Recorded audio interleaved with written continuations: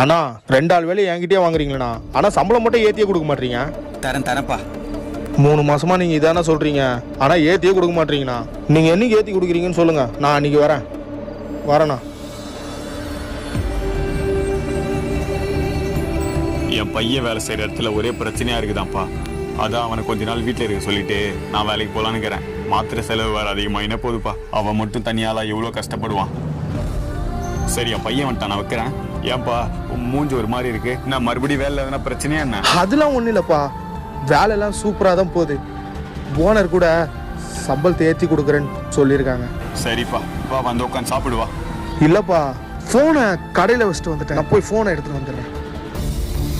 அண்ணா சாரிண்ணா. குறைக்கிற நாய் கடிக்காதுன்னு எனக்கு அப்பவே தெரியும். போய் வேலையை பாரு போ.